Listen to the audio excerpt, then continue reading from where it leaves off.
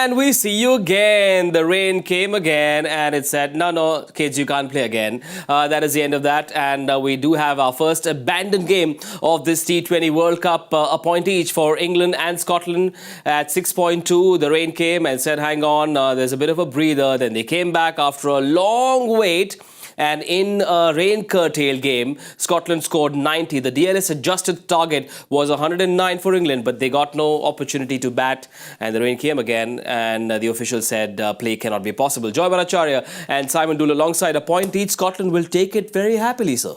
Interesting. Scotland would have taken it at the start of the day. Yeah. When it was 10 overs, they might have said, they'd rather bowl.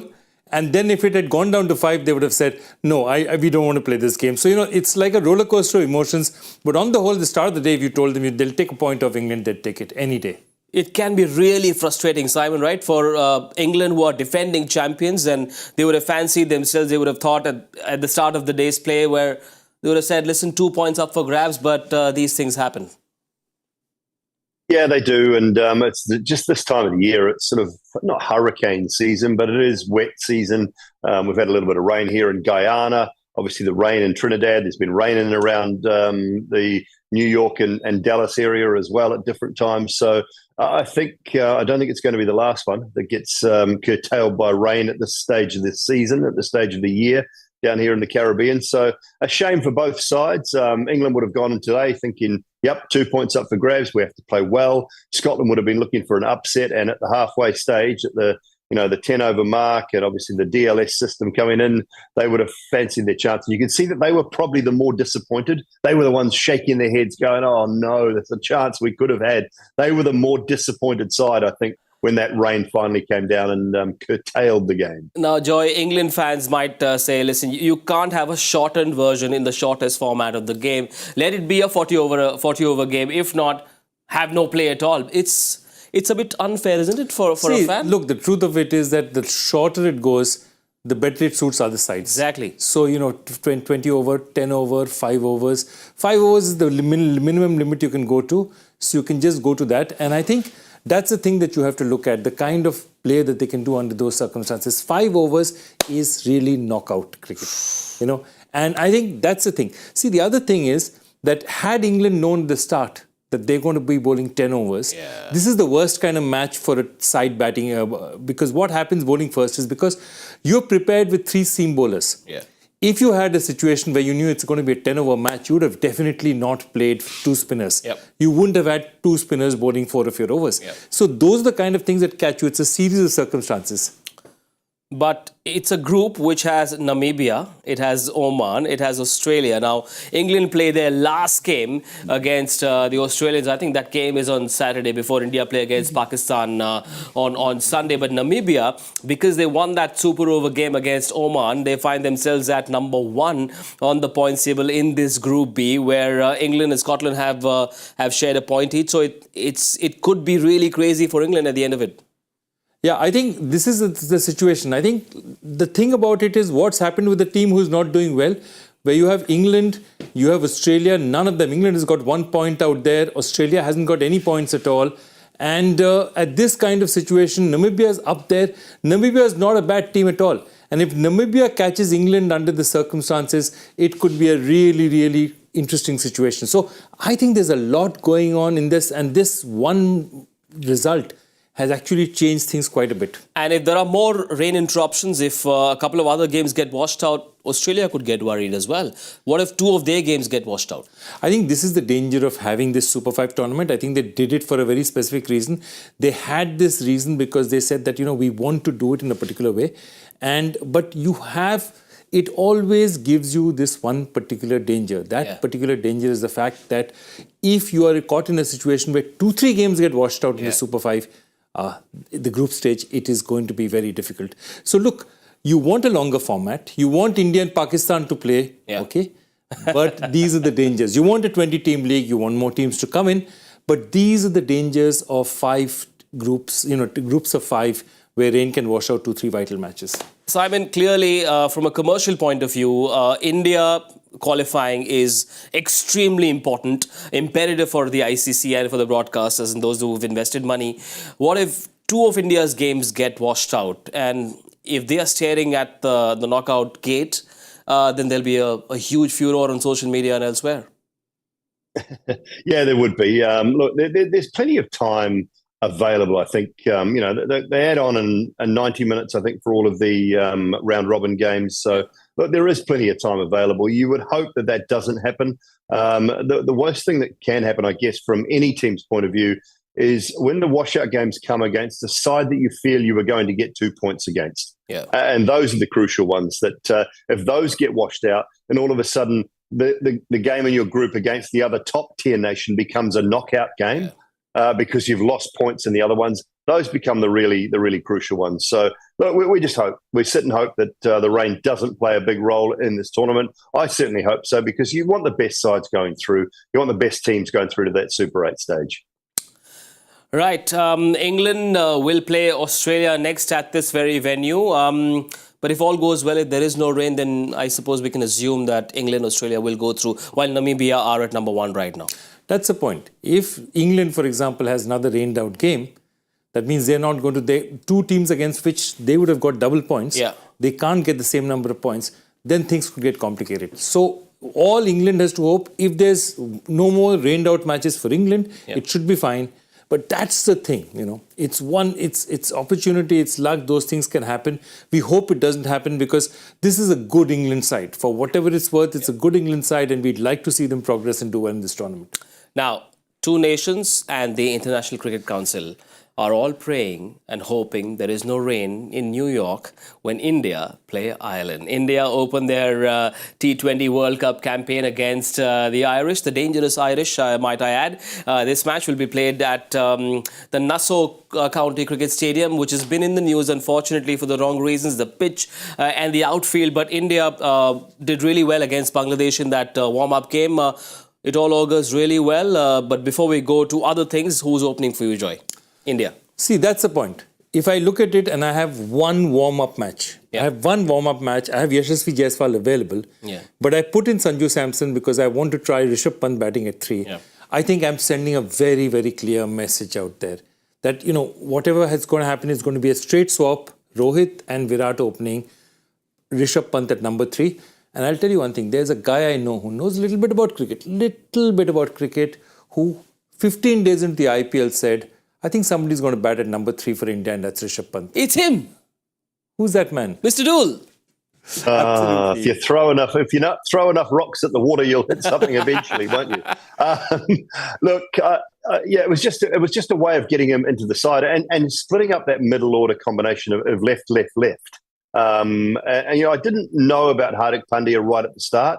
So to me, it was where do I fit Rishabh Pant in and take away, let's say, him, Shivam Dube and Ravi Jadeja all batting at 5, 6 and 7 and just giving the top order a little point of difference as well. So that was why I thought about it. I'm pleased they gave it a chance in that first or in that game against Bangladesh. It worked well. Will they go with it again? I think they should. And that would be my side. It would have Virat and Rohit opening the batting. They're the two best players to do that at this point in time, I think. And Rishabh Pant for a point of difference at 3 with a left-hand option, and then Sky at 4, and then you've got Dube, Hardik and Jadoo at 5, 6 and 7. And that kind of, it just sits quite nicely for me in an Indian lineup. So if they go down that road, I think it's the best way they can go. I've heard rumours today that Jaiswal has been first into the nets and given plenty of opportunity. So that would surprise me if they bring him in. Who do they leave out? Do they leave Shivam Dube out? That would surprise me a touch. Joy, you're 11.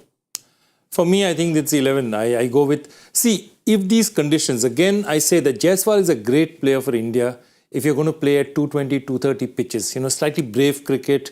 You want to go for it a little bit like the IPL was. You needed dashers like that. In these conditions where 170, 180 is a par for the course, teams are going to 130, 140. I really, Rohit Sharma and Virat Kohli are the best players to open for me.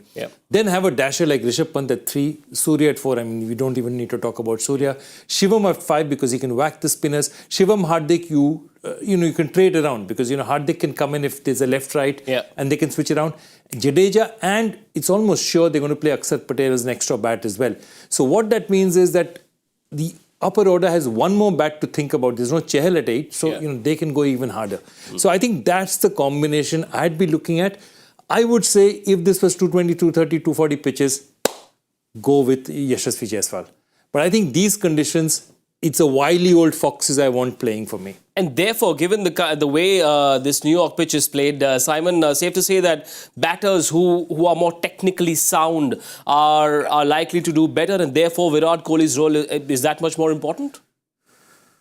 Yeah, 100%. Technically, he is probably the best batter in that lineup, and he's shown that throughout the recent tournament as well. So I just think that you are going to see the best players, the best technical batters do well in this tournament on the conditions that I've seen so far. The ball's turning, it's seaming around a little bit. There's a little bit of uneven bounce as well. So you have to have your wits about you.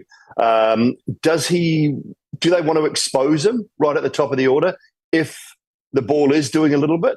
Well, I think that's a choice that India just have to make.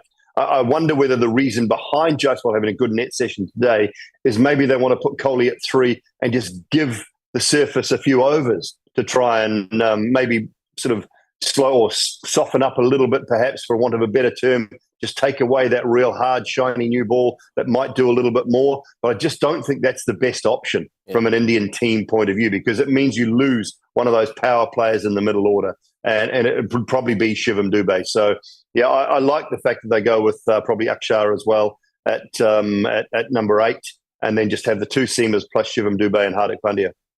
And Hardik's form with the bat and the ball, he's looking fresh. He looks like he's sort of pressed the reset button on all things psychologically. He's forgotten the IPL, and that augurs really well for India. Yeah, that augurs well, and I think this is the crucial match for India. Yeah, this is the crucial match for India because they need to win this. I think they'll find Canada and the US easier opponents, with no disrespect to those teams. Yeah. Ireland is a tough international side and they play hard, okay? Yeah. If they win this, India-Pakistan is an important match, but no matter what happens in the match, if you win those first 2, you're still at the same. You're always going to be A1 because that's the way the groups have been aligned. Yeah. So it doesn't matter whether you come first or second. And there's one thing that I have to say, that the one thing coaches on both sides, and especially the Indian side, be very careful of is that outfield. Yeah. It's a soft outfield. You don't want injuries out there. Don't expect too much diving. They'll want to make the match safe, but they do not want to take any unnecessary risks. And Simon, if Ireland watched what happened in that Sri Lanka-South Africa game, I suppose the lesson is keep it simple. Don't try anything too frivolous, because simple cricket may give you enough runs to be able to compete, I suppose.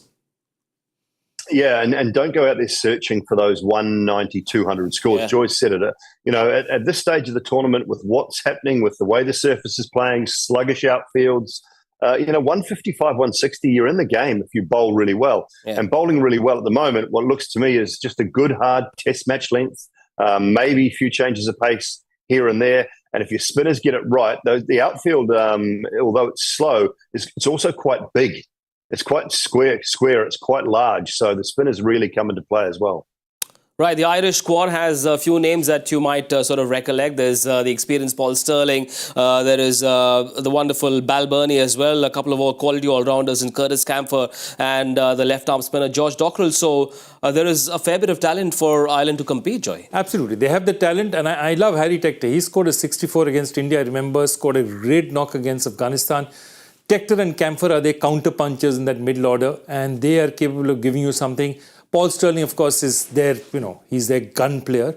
And don't forget, you have a bowler like Josh Little yes. who is, slippery, mid to late 80s, left arm. And if you look at the Indian batting, you say the one ball that they don't like facing up front is the left arm seamer. Yeah. So, that's one thing that both Rohit and Virat Kohli are not particularly huge fans of. Simon, for you, players to watch out for, one each in this game?